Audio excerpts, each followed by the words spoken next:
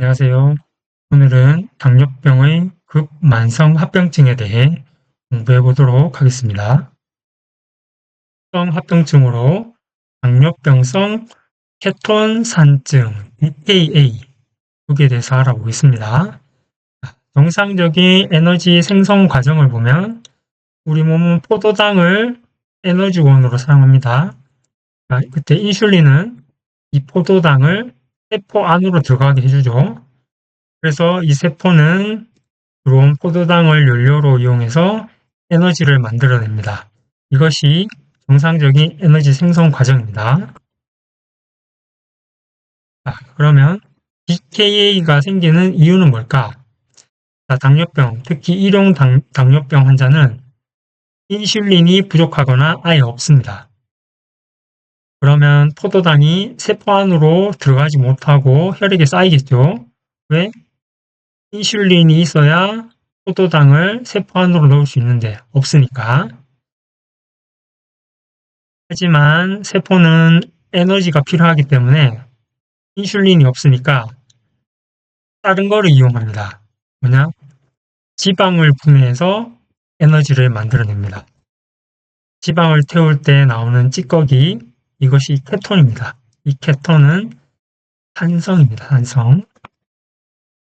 이렇게 케톤이 혈액에 많아지게 되면 혈액이 점점 산성으로 변하면서 DKA가 발생하게 됩니다.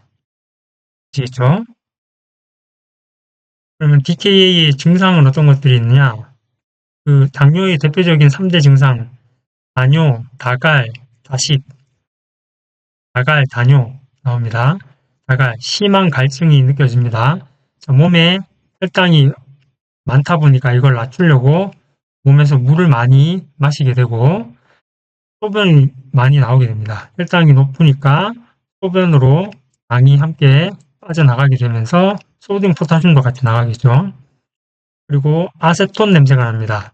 숨을 쉴 때 과일 냄새가 나는데 이 케톤이 이 산성 물질이라고 그랬죠. 이것이 몸 밖으로 빠져나가면서 아세톤 냄새가 나게 됩니다. 그리고 스마울 호흡, 깊고 빠른 호흡인데 몸이 혈액이 산성화되어 있다 그랬죠. 이 산성을 중성화시키기 위해서 보상작용으로 이런 깊고 빠른 호흡을 하게 됩니다. 그렇게 되면 이산화탄소를 많이 배출하게 되겠죠. 이산화탄소는 CO2입니다. 근데 탄산 H2CO3 탄산이죠. 탄산. 이 탄산 CO2 여기에 있는 CO2를 배출함으로써 이 탄산을 깨주게 됩니다. 탄산을 낮춰주게 됩니다. 그래서 이산화탄소를 내보내기 위해서 깊고 빠른 호흡을 하게 됩니다.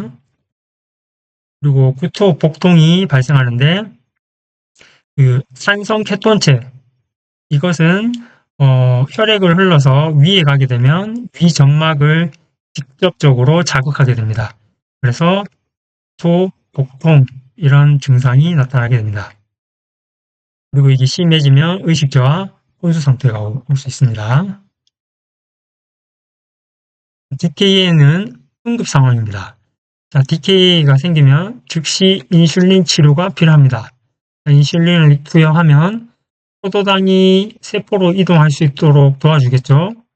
그래서 혈당을 좀 낮춰주게 되고 나뇨, 구토, 식욕부진, 과업으로 체내 수분이 부족해지겠죠. 그리고 전해질도 불균형해지겠죠. 소변으로 나가니까. 그렇기 때문에 수의 공급을 2차적으로 해줘야 되고 탈수 문제를 해결하고 그 다음에 전해질을 보충해줍니다. 몸의 균형을 유지할 수 있습니다. DKA는 즉시 치료가 필요한 급성 합병증이 되겠습니다. 이해되셨고 두 번째 나오는 급성 합병증으로 저혈당증이 있습니다. 인슐린이나 경구 혈당 강화제를 과다 복용할 경우 인슐린 주사를 너무 많이 맞았거나 당뇨약을 과다 복용하게 되면 혈당이 막 많이 떨어지겠죠.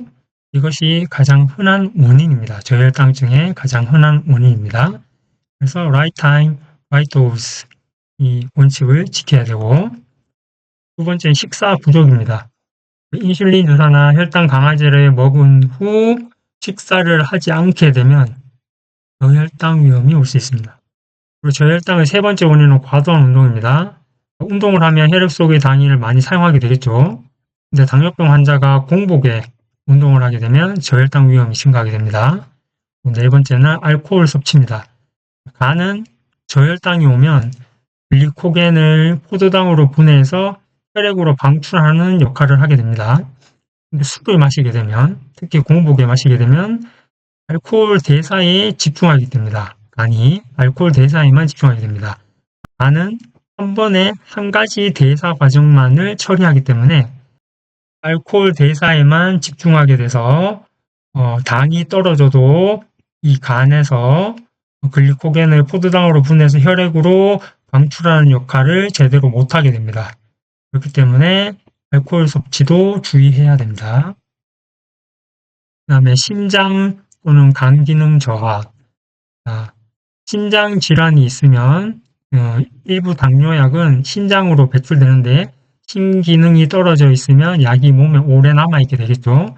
그러면서 저혈당 위험이 증가하게 되고, 간질환, 간도 당을 저장하고 방출하는 기능을 하는데 이것이 떨어져 있으면 저혈당이 올 수 있겠죠. 그 다음에 어떤 질환이 있거나 스트레스 호르몬 이상이 있을 때 부진기능 저하증, 에디슨병이라고 하죠. 그래서 콜티솔이 부족한 경우인데 이럴 경우에는 저혈당 위험이 증가한답니다. 자, 콜티솔은 간에 저장된 글리코겐이 다 떨어지고 나면 포도당을 새롭게 만들어주는 역할을 합니다. 그러니까 근육에 있는 단백질을 분해해서 아미노산을 만들고 지방을 분해해서 글리세롤을 만들어냅니다. 뭐가? 콜티솔이. 그때 이 아미노산과 글리세롤이 혈액으로 방출되면서 간으로 이동하게 됩니다. 간으로 이동하면 여기서 새로운 포도당을 합성해서 우리가 필요한 당을 꺼내 쓸 수 있게 됩니다. 근데 이 콜티솔이 부족하게 되면 저혈당이 올 수 있습니다.